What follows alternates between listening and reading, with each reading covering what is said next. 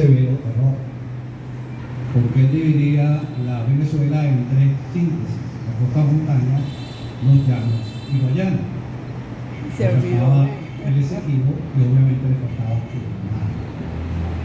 Porque el mar, a diferencia del mar contemporáneo, del Caribe contemporáneo, donde hay aviones, donde hay barcos a motor que pueden fijar sus rutas de navegación, donde hay inmensos cargueros con muy poca tripulación, algunos de ellos casi automáticos, capaces de nadar inmensas cantidades de carga.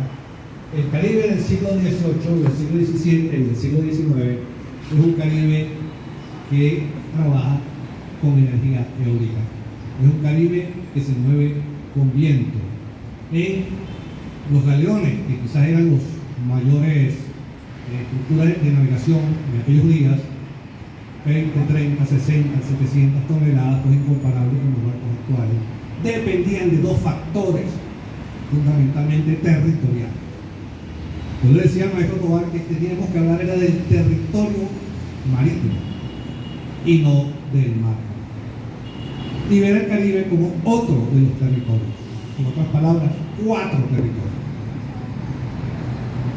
la Guayana, el llano, la costa montaña y el territorio. Cuando observamos la historia de Venezuela, vaya rodando la ahí porque vaya rodando.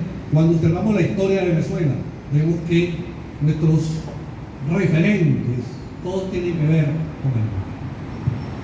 El siglo XVII, XVIII y XIX venezolanos son siglos navales. Era más común ir a resolver un problema en el Virreinato de Santo Domingo. Era más común ir a Cartagena. Era más común ir a Bogotá. ¿Cuál era el puerto de Bogotá? El puerto de Bogotá era Santa Lucía del Lago de Maracaibo. La forma más rápida de ir a Bogotá desde Europa era entrar al lago de Maracaibo y llegar hasta los puertos de Altagracia. Y de ahí seguir el Valle del Chapó.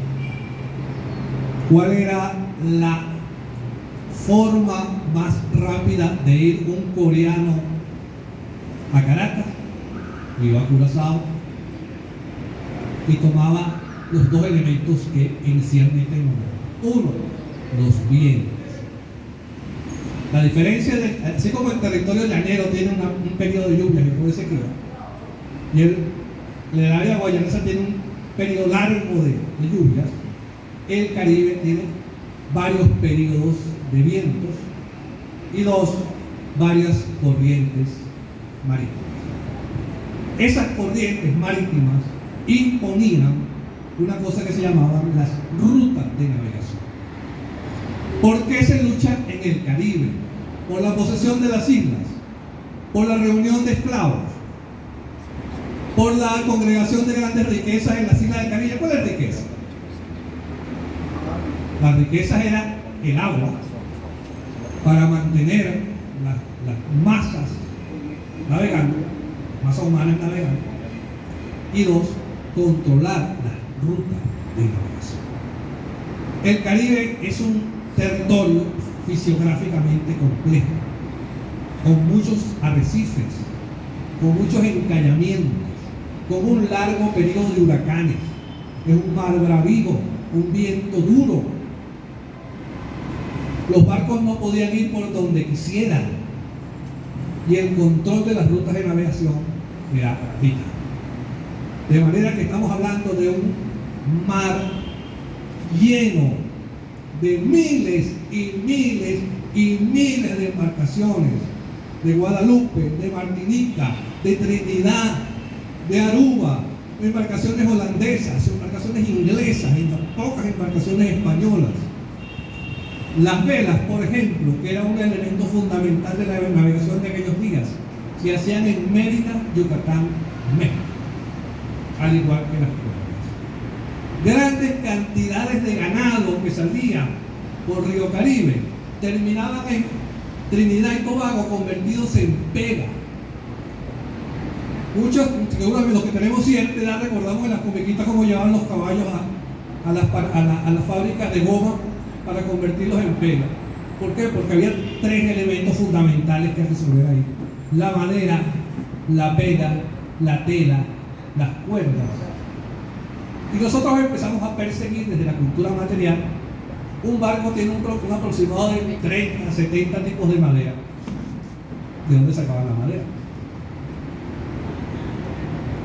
Cada uno de los marineros eran piezas de maquinaria.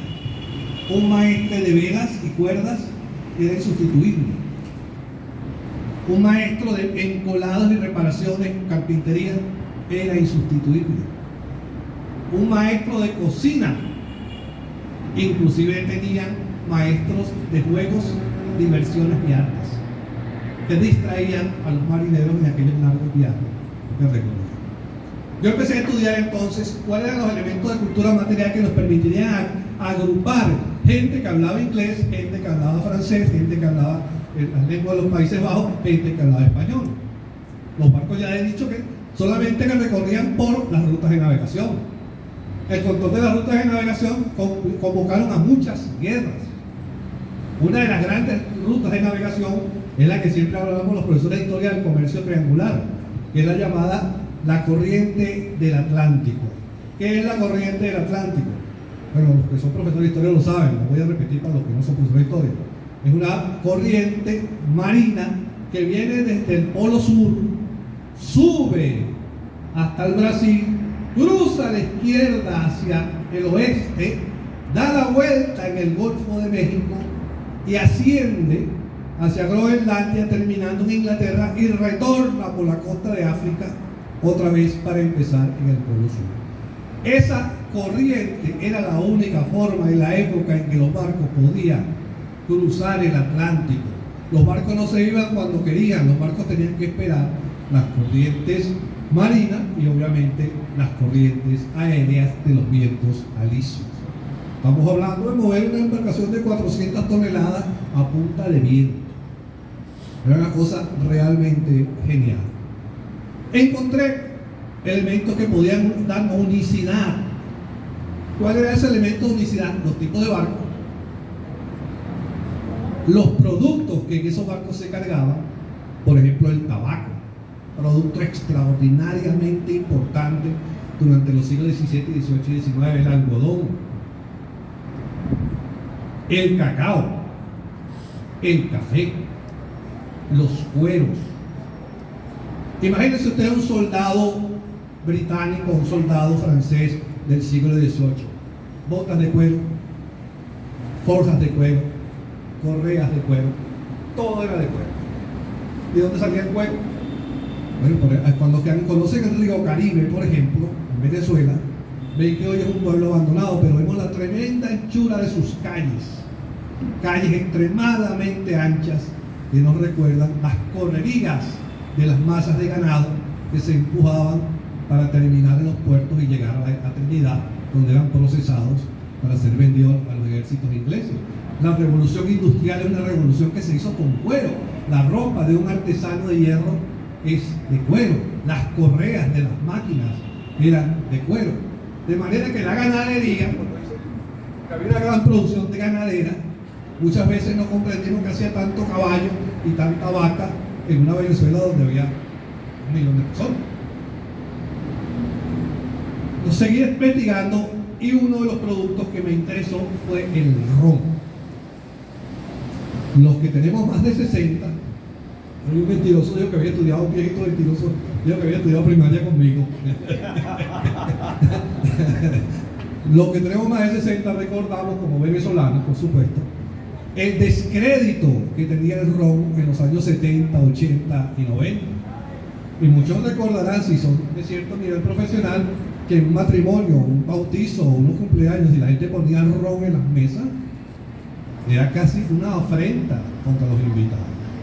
Sin embargo, el ron llegó a, lo llamé el capítulo, un caribeño rey de Francia. No lo voy a leer porque no tenemos realmente el tiempo para leer. Pero lo que cuento en él es cómo, en primer lugar, el país más consumidor del ron en la historia era el Reino Unido, Inglaterra, la Gran Bretaña. Ustedes ven lo que ven los piratas del Caribe, ven que los piratas ingleses lo que ven es ron. No hay pirata bebiendo whisky ni bebiendo bourbon. El ron jamaiquino, el ron trinitario, existía el ron francés de Guadalupe, de Martinica, el gran ron cubano, el gran ron venezolano que sigue siendo hoy por hoy el mejor del mundo, en buena medida. Con la pequeña distancia en que nosotros no lo tomamos. Nosotros no tomamos ron. Entonces, el ron comienza a encontrar, por ejemplo, la palabra ron. Inicialmente no se decía ron, se decía agua ardiente o agua de los diablos. Porque los piratas, que los llamaban demonios del mar, bebían ron y comerciaban con ron para comprar esclavizados. Uno de los grandes negocios de la compra de esclavizados en África se hacía con productos. Los grandes reyes africanos que vendían a sus pobladores o a sus vencidos, porque es muy difícil pensar que llegaba un barco a la mina y salían 20, 30, 700 hombres que podían tener un navío corriendo a perseguir a la gente, como hacíamos nosotros allá en la Sierra de Coro persiguiendo chivos. Cosa de películas, ¿verdad?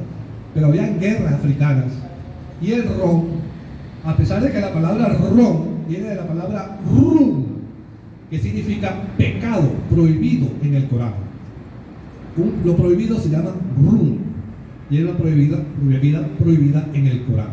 Sin embargo, las caravanas que ya vendían y compraban y comerciaban esclavos antes de la llegada de los europeos a África, los que han leído la Biblia lo saben, después van a compensar utilizando el ron como gran producto. ¿Cómo llegó el ron a América? Cristóbal Colón, desde las Islas Canarias, trae en su segundo viaje las primeras semillas de caña de azúcar y de ron. Aquí tuvo un gran éxito, aunque nosotros teníamos la costumbre de beber caña, ¿verdad? No a Venezuela, sino a Cuba.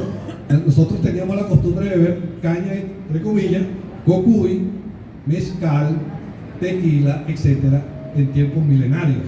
En los aztecas había la famosa fiesta del conejo, que consistía en estar borracho 5 días y quien no se emborrachaba podía correr riesgo de morir, porque era un pecador. Bueno, Walter Raleigh, etcétera, y todos los que reconocieron los territorios venezolanos, nos hablan del consumo del cocuy, un verdadero benedictino que hasta hace poco tiempo estaba prohibido y que apenas hace poquitos años ha obtenido sus certificaciones porque era considerado insano. Ustedes dicen, ¿cuándo empezamos a beber whisky? La reina Victoria hace la conjunción con Escocia, con Irlanda, y toma la decisión que en todos los lugares coloniales se celebre con té para fortalecer las economías orientales, India, Pakistán, etc. Y se celebre con whisky todas las fiestas oficiales del ejército, de la política, de los anglicanos, etc. Las fiestas oficiales diplomáticas del Imperio Inglés. Son 59 territorios. Ellos fortalecieron y prohibieron el consumo de ron en las fiestas oficiales. El único que ha hecho algo parecido fue el presidente Luis Herrera Campio en la guerra de las Malvinas. En los que tenemos memoria recordamos que el presidente Luis Herrera Campio, como protesta por la invasión inglesa de las Islas Malvinas, prohibió el consumo de whisky en los eventos oficiales de Venezuela. Nadie le hizo caso. Pero igual él lo dijo, no lo prohibió. El ron, el tabaco que se convertía en rapé. ¿Cuál era el mejor tabaco del mundo? El célebre tabaco de Barinas. Los barcos holandeses bajaban el Orinoco, cruzaban el Apure, entraban al Barinas buscando la famosa ciudad marquesa, donde los ricos tabaqueros le ponían cemento con morocotas a los pisos de sus casas.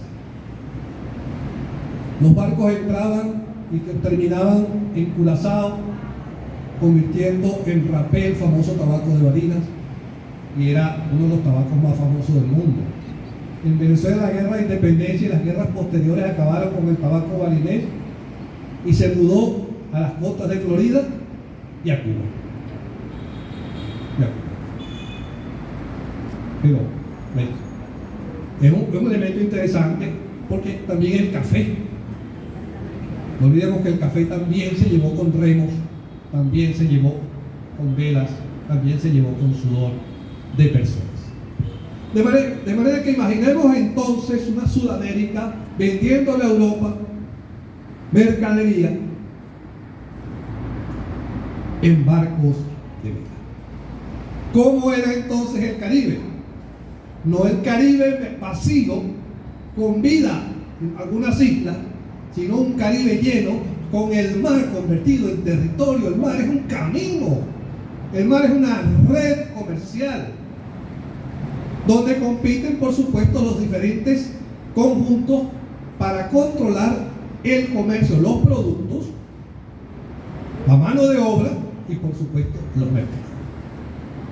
Pero como no pueden ir por donde les da la gana, porque como ya dije, en el Caribe solamente se puede navegar por rutas específicas, de rutas de navegación, discúlpeme la redundancia. La lucha de las potencias por controlar las rutas de navegación y las rutas de abastecimiento. Vean ustedes las rutas de abastecimiento. Las madeiras, ¿qué hay en las madeiras? Agua y campesinos produciendo comida. ¿Qué hay en las Islas Canarias? Agua y campesinos produciendo comida. ¿Produciendo comida para quién? Para los barcos. Para los barcos. Imaginemos que vamos para Marte. Ya China pidió que le marquen su territorio en la Luna, porque al parecer descubrieron agua y han dicho, ellos quieren definir cuál es la parte de ellos de la Luna. Más o menos nos encontramos así. Una pregunta que yo siempre le hacía a mis alumnos y que siempre, pues, muchos eran muy inteligentes y las pegaban: ¿por qué en Margarita, si no había oro, si no había grandes explotaciones de diamantes, si no había grandes riquezas acumuladas, por qué hay tantos castillos? La razón es porque Margarita cubría la ruta de navegación y Margarita tiene agua.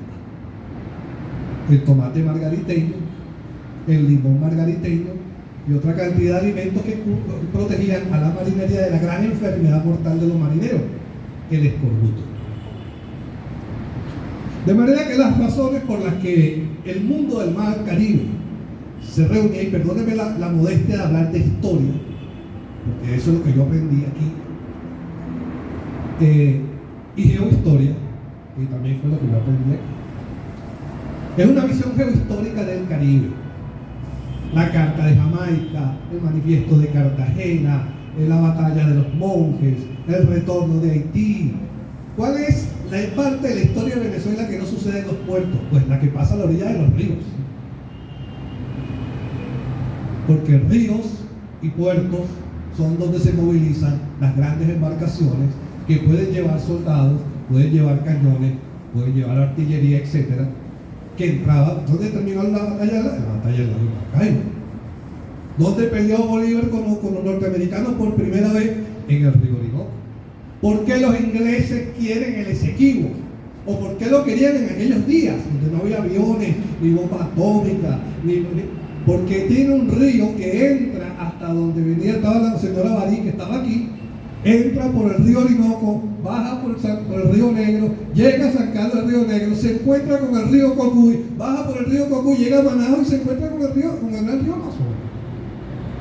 ¿Era posible crear un canal de navegación norte-sur por ahí? Claro que sí. ¿Por qué los Estados Unidos se plantean extender su territorio hacia el sur? Porque Estados Unidos desarrolló su industria utilizando el río Mississippi.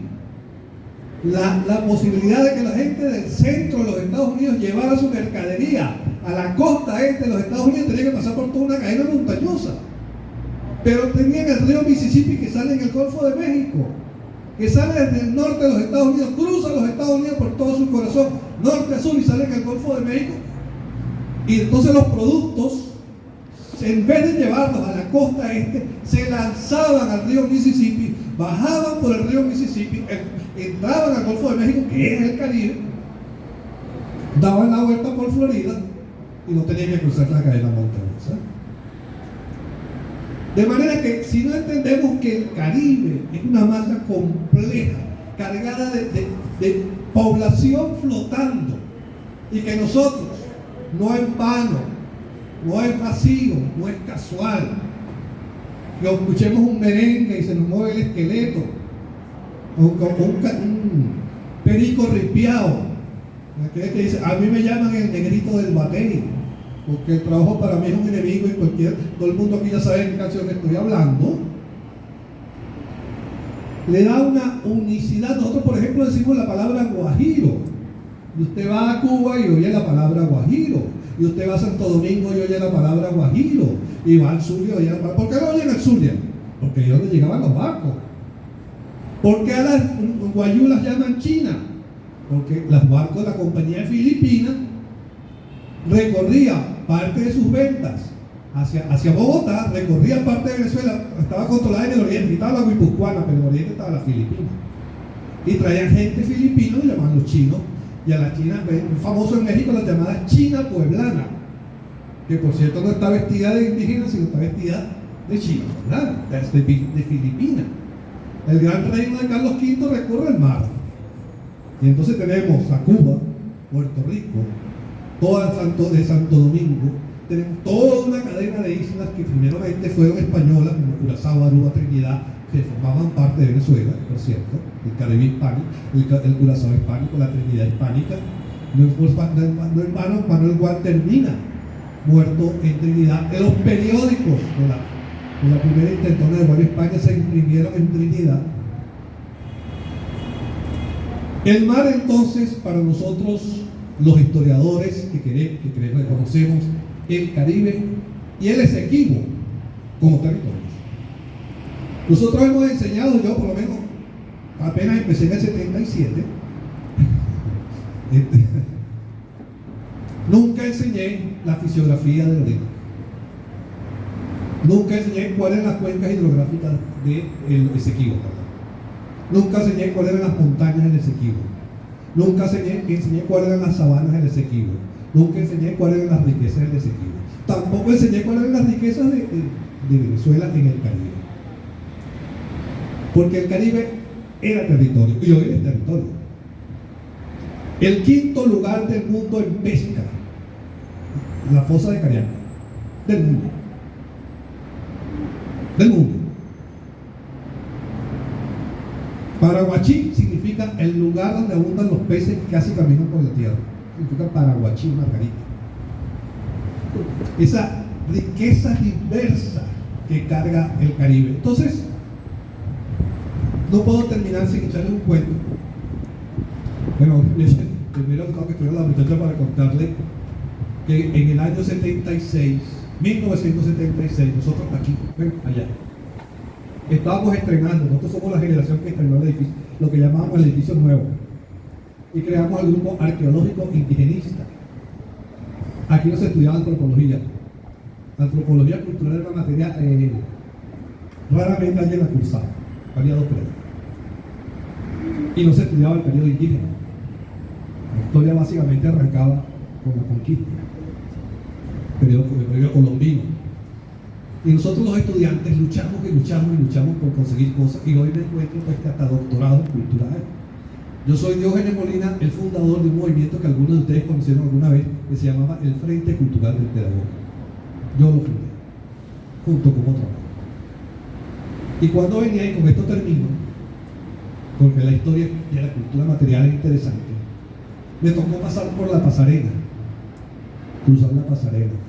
Y le recordaba a la profesora Suzuki que me trajo aquí casi a Julio, que esa pasarela había sido resultado de las luchas estudiantiles. ¿Perdón? Por todos los accidentes que había. Por todos los accidentes que había. Y mataron a una muchacha, y otra muchacha quedó inválida, que la tirotearon peleando por esa pasarela. Porque la cantidad de accidentes, la avenida Página venía rapidísima. Imagínense usted que tenía el 20 o el 10% de los carros que tiene hoy día. Mataban gente, atropellaban muchos estudiantes todos los días. Y entonces todas las cosas que lograron los estudiantes, yo me siento muy orgulloso porque cuando yo me gradué, aquí, porque yo sí me gradué, no sé cómo, cuando yo me gradué, hasta donde yo me gradué, o nos graduamos nosotros, aquí se graduaban profesores de educación media. Cuando nosotros nos graduamos, empezaron a graduarse profesores.